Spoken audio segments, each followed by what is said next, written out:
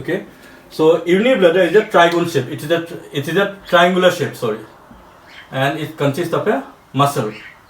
So this is a muscle, which is a fold. We call rugae. It has folds. These folds are called rugae. Okay, so this muscle of the urinary bladder, this is called detractor muscle. Detractor muscle. Okay, so both the ureters, these are called ureters. You know that ureter coming out, taking out the urine from both the kidneys. So both these ureters, they goes to the inside of the urinary bladder from posteriorly. I'm making it dot because it goes to the posteriorly. So inside the urinary bladder, here there is a triangle portion. We call it the trigone. Here there is a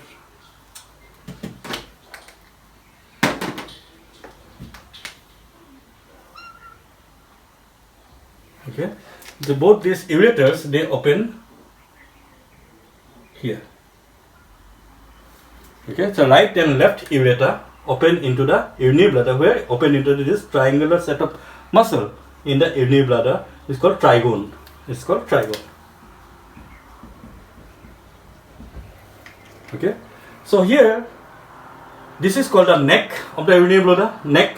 This is called neck of the urinary bladder. This is called the main part of the body of the urinary bladder. Okay, body and the neck. And this pipe which is coming out of the urinary bladder is called urethra. Urethra, right? So here there is a sphincter. There is a sphincter. It's a muscle, this detractor muscle, where this urethra is coming out of the urinary bladder. There is a group of muscle. This is fold of detractor muscle, which is holding this urethra at the top like this, and this closing it so that urine don't leaks out. This is called internal sphincter. Internal sphincter. Okay, and here there is another sphincter. It's called external sphincter. So the urethra, it goes out of the internal sphincter and finally external sphincter. So it goes to this is the penis. So the urethra goes into the penis in the male. In females, so same urinary bladder, if you draw in females,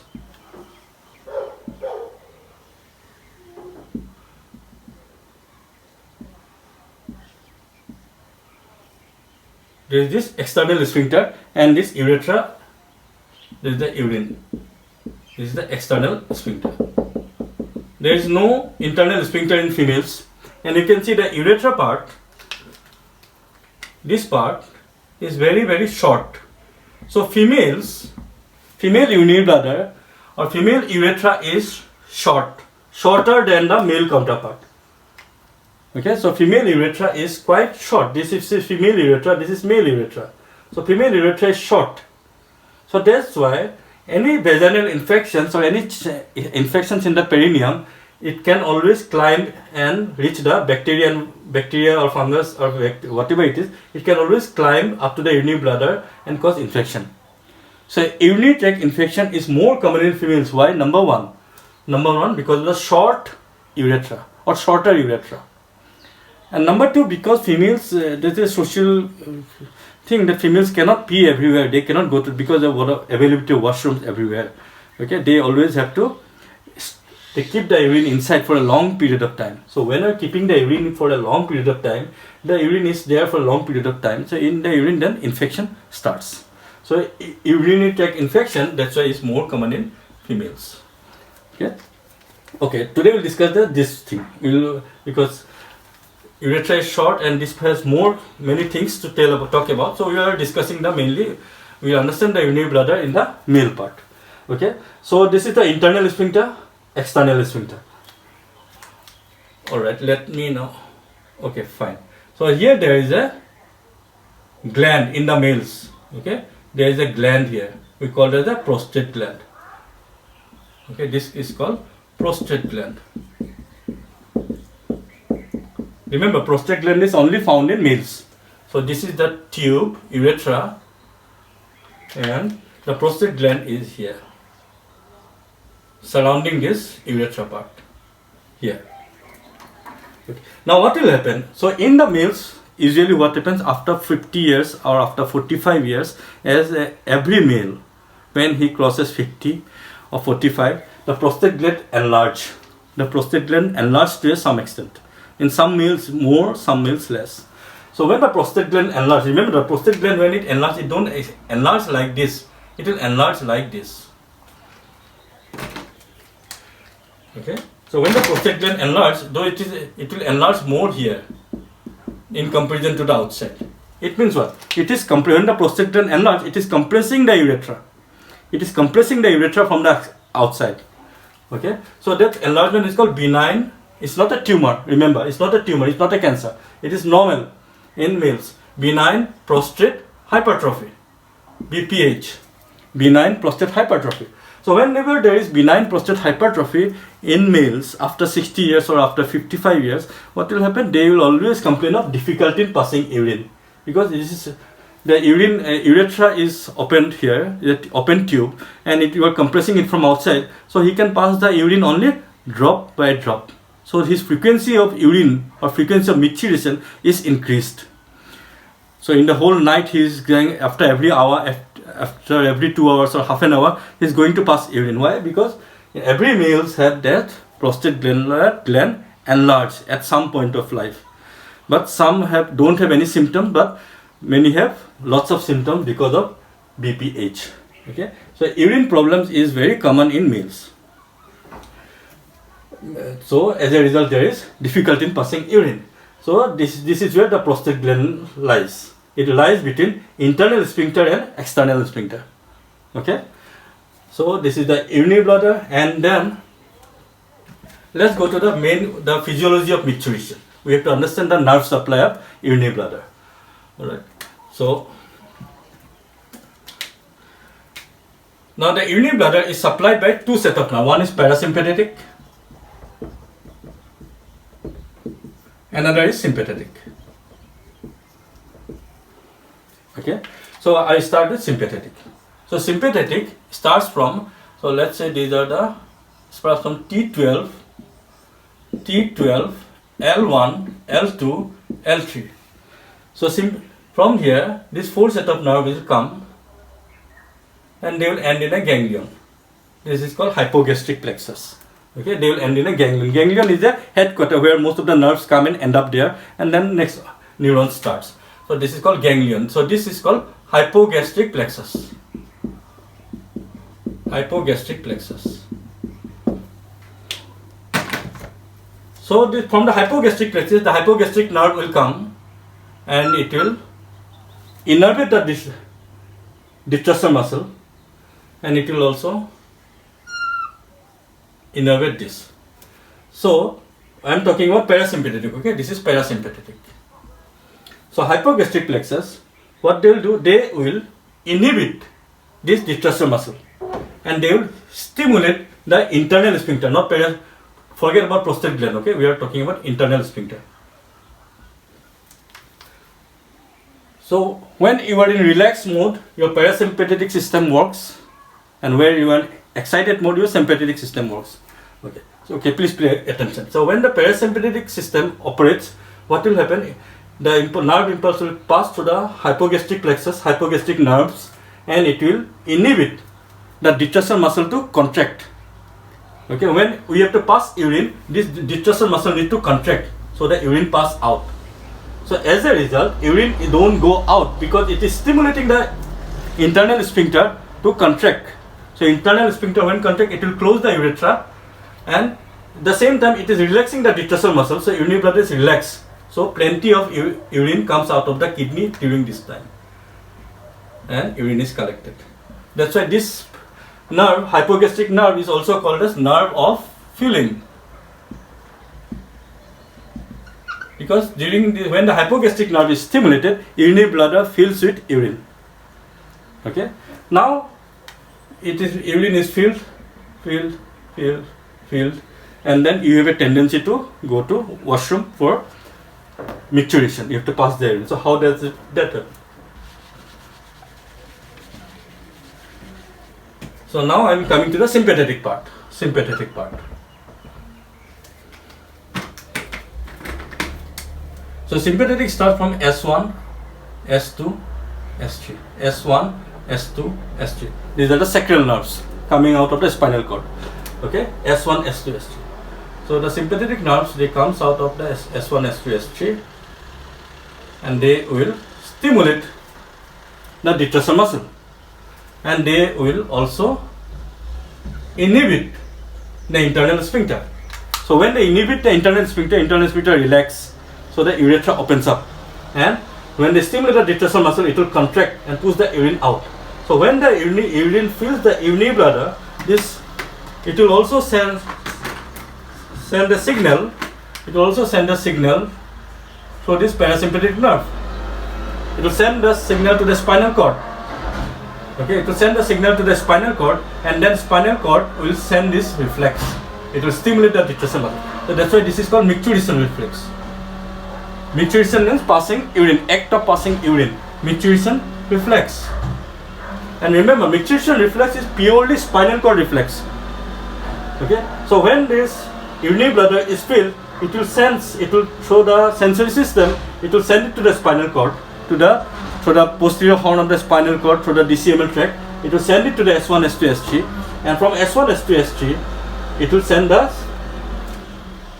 It is a loop. There is no use of brain here. Remember, it will just send it and contract the detractor muscle and relax the internal sphincter, and urine goes out. But we need the brain here. We cannot pee whenever we want. We have to see the location. We have to see the timing here. Okay. From S1, S2, 3, there is another set of nerves. Okay. Let me know if it's becoming too complicated. Huh? What to do? You are in this profession. I can make it simple. Huh? Okay. So from S1, S2, S3, there is another nerve that comes and it stimulates this external sphincter. Okay, this nerve is called pudendal nerve. Pudendal nerve. So this external sphincter is the only sphincter that you can control. So when this external sphincter, when you want to hold the urine, how are you holding the urine? You are holding it because you are contracting the external sphincter. This is a voluntary muscle. This external sphincter is made of skeletal muscle. Remember, skeletal muscle, and this is a voluntary. You can control this muscle. So whenever you have a full urinary bladder, but you don't have a place, what you are doing? You are trying to hold the urine. How you are trying to hold the urine? You are holding the urine by closing this external sphincter. You are closing it by giving full pressure, by blocking this, by controlling this external sphincter. Now this external sphincter is controlled by this pudendal nerve that is also coming from S1 and S2 and S3. Okay. Now let's understand this situation. Now urine is filling in, it makes a sensation.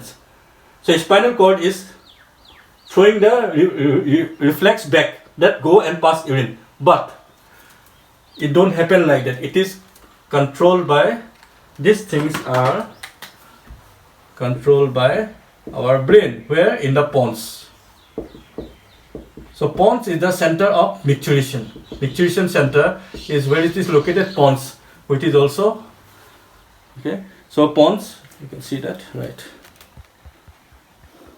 So pons is also affected, controlled by cerebral cortex.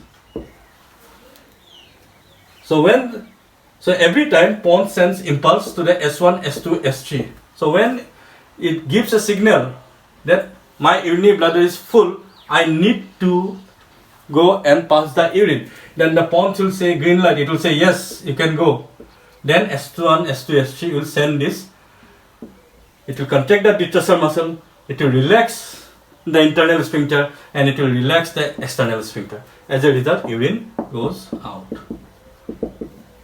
Okay. So parasympathetic or control is this spinal cord reflex. This is the micturition reflex. Okay, by S1, S2, S3 plus pudendal nerve. So pudendal nerve acts basically on external sphincter. There is a receptor here called nicotinic receptors. Remember, this is a skeletal muscle, nicotinic receptor. So it acts on the nicotinic receptor and relax the external sphincter and let the urine pass out. Okay, it's okay, or you want me to repeat, or you want me to some part? If it's complicated, let me know before I go to the next level. Sir? Yeah. Can you please repeat? Yeah. Okay, let me make it very simple.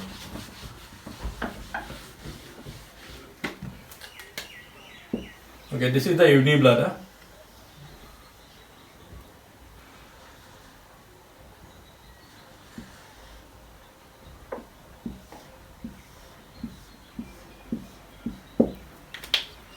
So this is the detractor muscle,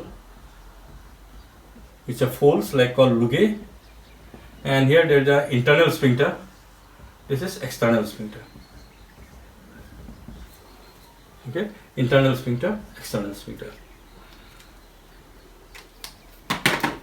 Now when the parasympathetic, I am talking about parasympathetic, S1, S2, S3 is the spinal cords. So nerve from here, they come here. What they do? They stimulate the detractor muscle, and at the same time they inhibit the internal sphincter. So as a result, urine pass. So that's why this is called nerve of micturition, because this nerve of micturition. Okay, because, or nerve of voiding. Nerve of voiding means you are passing urine.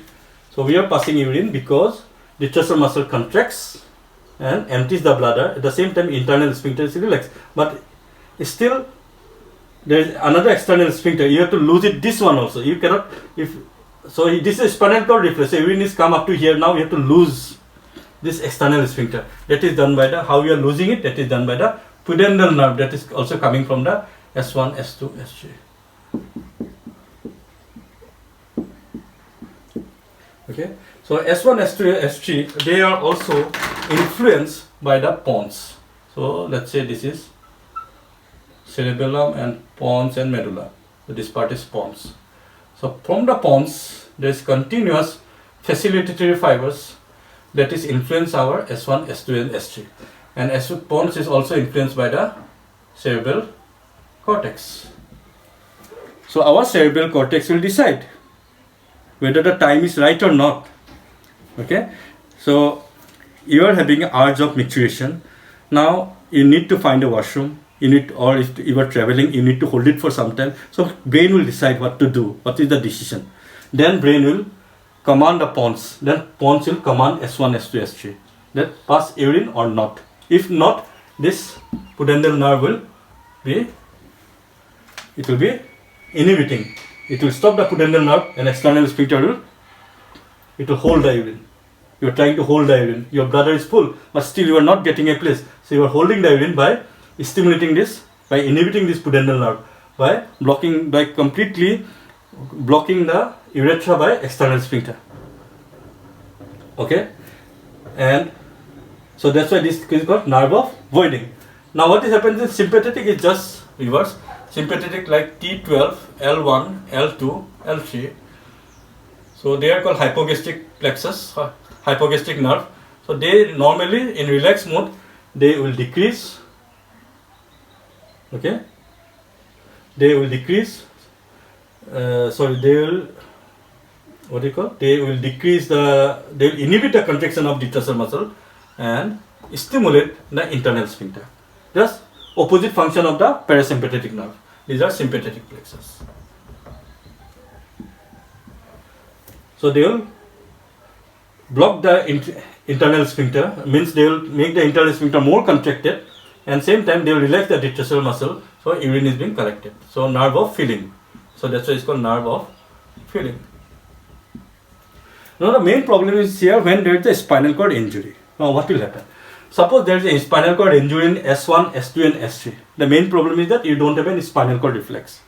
If there is injury at S1, S2, S3, you don't have that reflex. What is spinal micturition reflex?